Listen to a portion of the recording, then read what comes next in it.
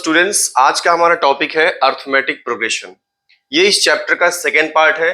अगर आपने first part अभी तक नहीं देखा है तो पहले आप फर्स्ट पार्ट को देखिए, उसके बाद आप इस वीडियो को देखिएगा, ठीक है। फर्स्ट पार्ट में मैंने आपसे डिस्कस किया है कि अर्थमेटिक प्रोग्रेशन क्या होता है, फर्स्ट टर्म और कॉमन डिफरेंस का क्या इंपॉर्टेंस है, और कुछ बारीकियां जो आपको उस पार्ट 1 में देखने को मिलेंगी। तो सबसे पहले आप उसको जा करके देखिए, ठीक है। अगर वो कॉन्सेप्ट आपको क्लियर है तब आप इस कॉन्सेप्ट को समझेंगे। इसमें हम डिस्कस करने जा रहे हैं nth term of an AP. किसी एपी का nth टर्म क्या होता है? आपको पता है कि एपी एक ऐसा सीक्वेंस होता है जिसके हर एक टर्म अपने पहले वाले टर्म में एक फिक्स नंबर प्लस या माइनस करने से मिलता है, ठीक है। और उस फिक्स नंबर को क्या बोलते हैं? कॉमन डिफरेंस बोलते हैं। क्लियर? तो देखिए, फर्स्ट टर्म ऑफ एपी अगर हम लिखें यहाँ पर, first term is equal to, मैंने मान लिया कि स्मॉल ए, जैसे मैंने आपको बताया था कि फर्स्ट टर्म को हमेशा स्मॉल ए से डिनोट करते हैं। फर्स्ट टर्म स्मॉल ए लिखा मैंने। सेकेंड टर्म ऑफ एपी क्या हो जाएगा? सेकेंड टर्म ये हो जाएगा, अगर हम फर्स्ट टर्म में वो फिक्स नंबर प्लस करेंगे यानी कि कॉमन डिफरेंस को प्लस करेंगे तो ये हो जाएगा सेकेंड टर्म, ठीक है। अब थर्ड टर्म क्या हो जाएगा? Third term this is equal to, second term में फिर से हम फिक्स नंबर ऐड करेंगे। सेकेंड टर्म हमारा क्या है? a प्लस डी, और इसी में हम d को प्लस कर देंगे, जो कि कॉमन डिफरेंस है उसको हम प्लस कर देंगे, तो हमारे पास मिलेगा a प्लस डी, और d 2d हो जाएगा, 2 टाइम्स d, ठीक है। इसी तरीके से जो हमारा फोर्थ टर्म है, फोर्थ टर्म वो क्या हो जाएगा? जो थर्ड टर्म है उसमें फिर से कॉमन डिफरेंस को प्लस करना है, यानी a plus 2 times d plus d, a plus 2d plus d, तो ये क्या हो जाएगा? a प्लस 3 टाइम्स d, ठीक है। अब आपको एक पैटर्न ऑब्जर्व करना है इस पूरे में। फर्स्ट टर्म हमारा a है, इसको हम ऐसा लिख सकते हैं a प्लस 0 टाइम्स d, मतलब इसमें d नहीं है, इस टर्म में d नहीं, केवल स्मॉल a है, ठीक है। सेकेंड टर्म में a प्लस 1 टाइम्स d, एक बार d आ गया। थर्ड टर्म में 2 टाइम्स d आ गया। फोर्थ टर्म में 3 टाइम्स d आ गया, मतलब यहां पर जो टर्म है उससे एक कम d आ रहा है। तो ऐसा करते करते अगर हम nth टर्म निकालना चाहें, nth टर्म निकालना चाहें तो ये क्या हो जाएगा? a प्लस n से एक कम d, n से एक कम का मतलब n माइनस 1 इंटू डी, ये हो जाएगा nth term of an AP. तो ये nth टर्म का फॉर्मूला है। nth टर्म को हमेशा हम a और यहां पर स्मॉल छोटा सा n लगाते हैं, an बोलते हैं। an is equal to a plus n minus 1 into D, ये होता है nth term of an AP. क्या होता है? nth term of an AP. ये फॉर्मूला आपको याद रखना चाहिए। अब से कहेंगे nth टर्म होता क्या है? n एक जनरल टर्म है। जैसे कोई एपी आपको दिया गया है, जैसे यहाँ पर एक क्वेश्चन दिया है, find the 10th term of this AP, तो यहाँ पर n बराबर 10 हो गया, यानी n एक जनरल जो है टर्म है, वो n की वैल्यू आप कुछ भी ले सकते हैं। यहाँ पर पूछा गया है 10th term, 12th term, 30th term, कुछ भी हो सकता है n की वैल्यू, ठीक है। तो an बराबर हो गया a plus n minus 1 into D. अब आप बताइए, अगर इस फॉर्मूले का यूज करके आपको बताना हो कि what is the value of, मतलब a7 को कैसे लिखेंगे? क्लियर? देखिए, इस फॉर्मूले का यूज करके a7 कैसे लिखेंगे? तो a7 क्या हो जाएगा? a plus 7 minus 1 into D. a7 का मतलब क्या है? Seventh term. a7 का मतलब होता है सेवेंथ टर्म। जैसे nth टर्म का मतलब an होता है, ऐसे ही सेवेंथ टर्म का मतलब a7। तो a7 इज इक्वल टू क्या हो जाएगा? a plus 7 minus 1 into D, मतलब a प्लस 6d, मतलब जो टर्म रहेगा उससे एक कम d रहेगा। तो आइए इस क्वेश्चन को सॉल्व करके देखते हैं जरा। जो राइट साइड में दिया हुआ है क्वेश्चन, इसको सॉल्व करते हैं। तो यहां पर हमें दिया है find the 10th term of this AP. AP का फर्स्ट टर्म क्या है? एपी का फर्स्ट टर्म है 2, यानी कि a बराबर 2 दिया गया है, और कॉमन डिफरेंस निकाल लेते हैं। कॉमन डिफरेंस कैसे निकालते हैं? Second term minus first term. तो सेकेंड टर्म इसका 7 है, 7 माइनस 2 करेंगे, आ जाएगा 5। फर्स्ट टर्म 2 है, कॉमन डिफरेंस इसका 5 आ गया। क्लियर? अब हमें निकालना है 10th टर्म। 10th टर्म का मतलब a10, a10 निकालना है। a10 का फॉर्मूला क्या हो जाएगा बताइए? a प्लस 9d, यानी कि जितना जो टर्म हम पूछेंगे उससे एक कम d रहेगा, क्योंकि nth टर्म का क्या होता है? a plus n minus 1 into D.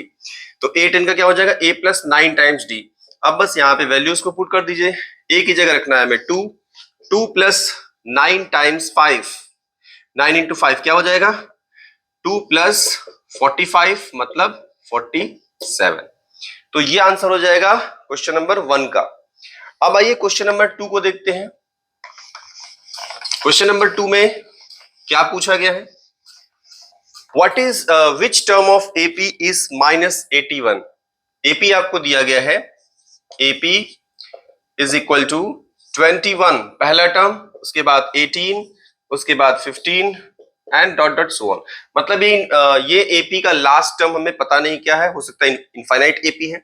अगर डॉट डॉट दिया इसका मतलब इनफाइनाइट एपी है, क्योंकि उसका कोई लास्ट टर्म नहीं दिया है। और हम ये देख रहे हैं कि ये जो एपी है ये डिक्रीज हो रहा है, डिक्रीजिंग एपी। इसका मतलब इसका जो कॉमन डिफरेंस है वो नेगेटिव नंबर है।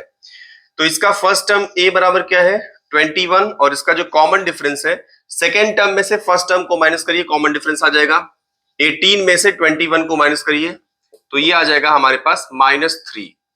तो d आपका निगेटिव नंबर है, इसीलिए बार बार ये डिक्रीज हो रहा है। तो अगर कोई एपी डिक्रीजिंग है इसका मतलब उसका जो कॉमन डिफरेंस है वो निगेटिव नंबर है। ठीक है, a जो है 21 और d क्या हो जाएगा -3। अब हमें ये पता करना है कि क्या इस टर्म में कहीं पर जाकर के -81 भी हमें मिलेगा, क्या इस पूरे सीक्वेंस में हमें कहीं पर किसी टर्म पे जाकर के -81 मिलेगा, ये हमें बताना है।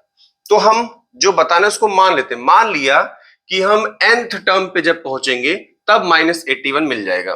क्या माना हमने कि इस सीक्वेंस में, इस एपी में जब हम फर्स्ट सेकेंड थर्ड फोर्थ करते करते जब nth पर पहुंचेंगे वहां पर हमें -81 मिल जाएगा, ऐसा हमने मान लिया। तो अगर हमने an इज इक्वल टू -81 किया है, an का मतलब nth टर्म, हमने ऐसा माना कि let an is equal to -81।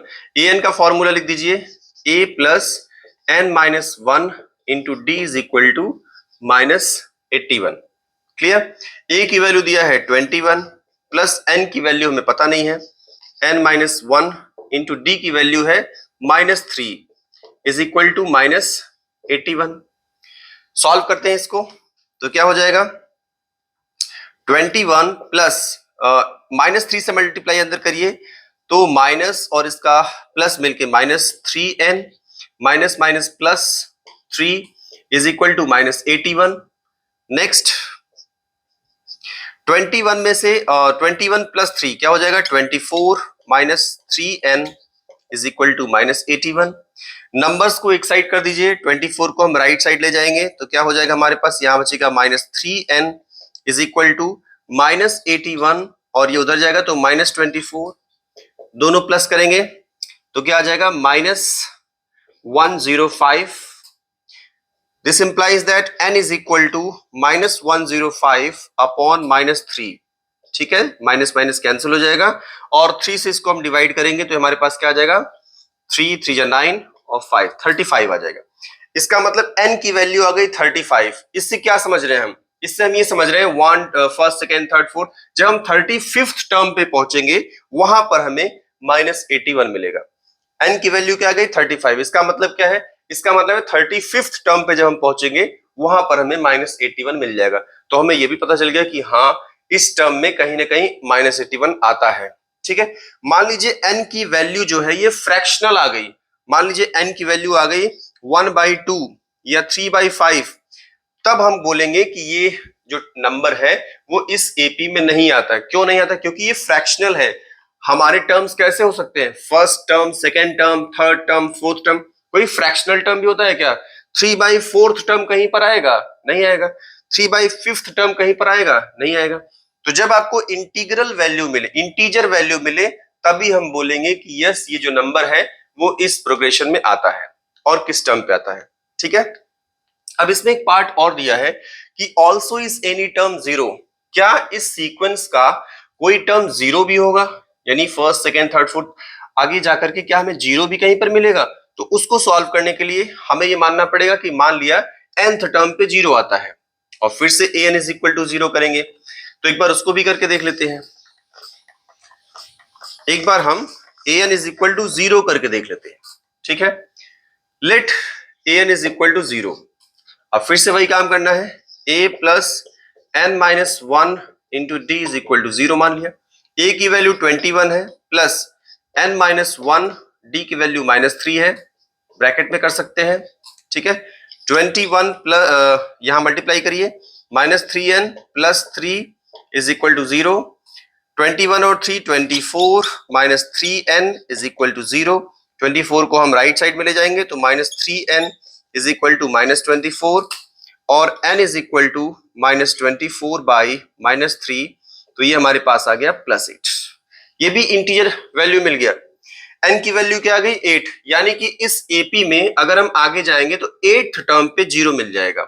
तो ये आंसर है। इसका मतलब यहां पर जो पूछा गया है ऑल्सो इज एनी टर्म 0, तो हम बोलेंगे yes it's 8th term is 0। तो जब भी आपको कोई किसी AP कोई आपको AP दिया हुआ है, पूछा जाए कि क्या ये नंबर इस AP में आएगा, तो आप सिंपली क्या करेंगे, an मान लेंगे कि मान लिया कि nth टर्म पे ये नंबर आएगा, और अगर n की वैल्यू इंटीजर आ जाती है तो हमें पता चल जाएगा कि वो नंबर जो है उस AP में है। और अगर n की वैल्यू इंटीजर ना आए, फ्रैक्शनल आए, तब हम क्या समझेंगे कि वो नंबर इस AP में नहीं है। इस तरीके से हम इस क्वेश्चन को सॉल्व कर सकते हैं। Now come to question number 3। Question number 3 में क्या पूछा गया है, determine the AP whose third term is 5 and seventh term is 9। एक AP बतानी है जिसका थर्ड टर्म क्या हो जाए, 5 हो जाए। तो थर्ड टर्म का मतलब A3 लिखते हैं, थर्ड टर्म को A3 इज इक्वल टू दिया है 5। A3 का मतलब क्या होता है, A3 का मतलब होता है A प्लस 2 टाइम्स D। यहां पर हम A प्लस 2 टाइम्स D बराबर 5, ये इक्वेशन 1 मान लीजिए। इसके बाद हमें दिया है seventh term is 9, A7 is equal to 9, ये भी दिया गया है, इसको हम गिवन कर देंगे। ये दो बातें में गिवन है, A3 बराबर 5, A7 बराबर 9। ये क्या इंप्लाई करता है कि A plus 6 times D, seventh term है ना A7, इसलिए A plus 6D is equal to 9, ये हमारा सेकेंड इक्वेशन है। अब ये हमारे पास बन गया pair of linear equation in 2 variable. इसको हम कैसे सॉल्व करते हैं, इसको हम एलिमिनेशन मेथड से सॉल्व कर सकते हैं, क्योंकि A जो है दोनों का कोएफिशिएंट बराबर है, A को हम कैंसिल कर सकते हैं। तो अगर हम इसको एलिमिनेशन मेथड से सॉल्व करें, माइनस माइनस माइनस A पूरा कैंसिल हो जाएगा, 2D minus 6D minus 4D is equal to 5 minus 9 minus 4, तो D बराबर क्या आ जाएगा 1, D बराबर क्या आ जाएगा 1। तो अब हम यहां पर यानी इस D की जो वैल्यू है फर्स्ट इक्वेशन में रख देंगे, तो A की वैल्यू निकल जाएगी A plus 2 multiply 1 is equal to 5, तो A plus 2 is equal to 5, मतलब A बराबर 5 माइनस 2 बराबर 3। A की वैल्यू 3 आ गई, नहीं फर्स्ट टर्म क्या है 3 है और कॉमन डिफरेंस क्या है 1 है, तो AP क्या बन जाएगा बताइए, AP क्या बन जाएगा, पहला टर्म 3 है, कॉमन डिफरेंस 1 है, तो सेकेंड टर्म क्या बन जाएगा 3 प्लस 1 4, इसके बाद 4 प्लस 1 5, इसके बाद 5 प्लस 1 6, इसके बाद 6 प्लस 1 7 एंड सो ऑन। इसका कोई लास्ट टर्म नहीं, इनफाइनाइट AP है। तो जब भी इस तरह का क्वेश्चन आता है कि थर्ड टर्म 5 है, सेवेंथ टर्म 9 है, तो क्या करना है हमें गिवन लिखना है A3 बराबर 5, A7 बराबर 9। A3 का फॉर्मूला लगाना है A plus 2 times D is equal to 5, A7 का फॉर्मूला लगाना है A plus 6 times D is equal to 9। हमारे पास एक पेयर ऑफ लीनियर इक्वेशंस बनेगा और उसको हमें सॉल्व कर लेना है। अच्छा, इसको हम एलिमिनेशन मेथड से भी सॉल्व कर सकते हैं या फिर सब्स्टिट्यूशन मेथड से सॉल्व कर सकते हैं या फिर कोई भी मेथड आप लगा सकते हैं। तो सॉल्व करने के बाद आपको A और D की वैल्यू मिलेगी। तो A जो है हमारा फर्स्ट टर्म होता है, D हमारा कॉमन डिफरेंस होता है और उसकी मदद से हम AP को फाइंड कर सकते हैं। क्लियर? एक और बहुत इंपॉर्टेंट इसमें है, वो मैं आपको बता देता हूं, nth term from last of the AP। ये भी बड़ा इंपॉर्टेंट होता है। जैसे देखिए, आप इसको लिख लीजिए, nth term from last term, last term. जैसे कि ये वाला एग्जांपल देखिए, यहां पर लिखा हुआ है, हम एक AP मान लें 2 7 12, यहाँ पे जो कॉमन डिफरेंस है वो 5 का है, 12 प्लस 5 17 और 17 प्लस 5 22। तो ये जो लास्ट टर्म ऑफ AP होता है ना, ये फाइनाइट AP में केवल मिलेगा। किसमें होगा? केवल फाइनाइट AP केस में होगा, क्योंकि nth term from last term, last वाले टर्म से हम देखेंगे कि फोर्थ टर्म कौन सा है, लास्ट वाले टर्म से देखेंगे कि सेकंड टर्म कौन सा है। जैसे अभी हम नॉर्मली क्या करते हैं, यहां से देखते हैं कि nth टर्म, फोर्थ टर्म क्या है, फिफ्थ टर्म क्या है, सिक्स्थ टर्म क्या है, ऐसा देखते हैं। लेकिन अगर आपको लास्ट से बताना हो कि लास्ट से फर्स्ट टर्म क्या है, लास्ट से आपका सेकेंड टर्म क्या है, लास्ट से थर्ड टर्म क्या है, लास्ट से फोर्थ टर्म क्या है, अगर ऐसा बताना हो तो हम क्या करेंगे। उस केस में आपके पास दो तरीके हैं, पहला तो फॉर्मूला मेथड होता है और दूसरा होता है कि इस एपी को ही हम रिवर्स कर दें। तो अगर आपको लास्ट से पूछा जाए तो आप इस एपी को रिवर्स कर दीजिए, तो ये एपी बन जाएगा 27, 22, 17, 12, 7 और 2। इस एपी को हमने रिवर्स ऑर्डर में लिख दिया। तो हमें चूंकि लास्ट से थर्ड टर्म फोर्थ टर्म बताना है, तो अब हम जो स्टार्टिंग से nth टर्म का फॉर्मूला है वो अप्लाई कर सकते हैं। यानी हमारी जो नई एपी बन गई वो न्यू एपी बन गई 27, 22। तो यहां पर जो फर्स्ट टर्म आएगा वो 27 हो जाएगा, ये फर्स्ट टर्म हो जाएगा, और कॉमन डिफरेंस माइनस में आएगा क्योंकि यहां पर डिक्रीज हो रहा है।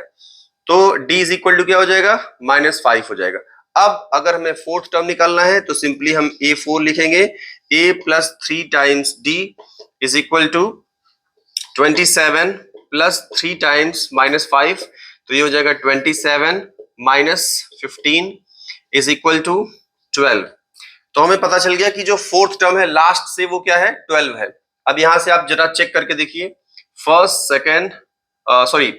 टर्म ये है, सेकेंड, थर्ड, फोर्थ, तो फोर्थ टर्म क्या है, 12 आ गया, और वही हमारे पास आ रहा है a4 इज इक्वल टू 12। तो अगर आपको लास्ट से nth टर्म निकालना हो तो हम क्या कर सकते हैं, उस AP को रिवर्स कर दें और फिर अपना फॉर्मूला जो an is equal to a plus n minus 1 into D है वो फॉर्मूला लगा करके निकाल सकते हैं। एक और तरीका हो सकता है कि हम रिवर्स AP का ही फॉर्मूला इंट्रोड्यूस कर लें। तो रिवर्स AP का अगर nth टर्म लास्ट से निकालना है तो उसका फॉर्मूला होता है a minus l minus 1 into D, sorry यहां पे होता है l minus n minus 1 into D.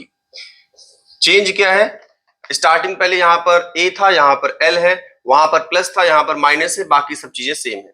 Starting वाला क्या था, a plus n minus 1 into D था। तो चेंज क्या आया है, फर्स्ट टर्म की जगह लास्ट टर्म कर दिए, प्लस की जगह माइनस कर दिए, और बाकी सारी चीजें वही सेम है।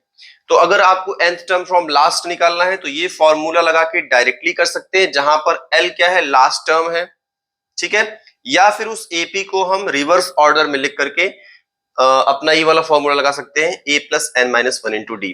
तो ये दो तरीके हैं nth term from last find out करने के। इसके बाद हम जो वीडियो बनाएंगे उसमें कुछ और इंपॉर्टेंट क्वेश्चंस डिस्कस करेंगे और sum of arithmetic progression, sum of n terms of AP ये हम पढ़ेंगे, ठीक है।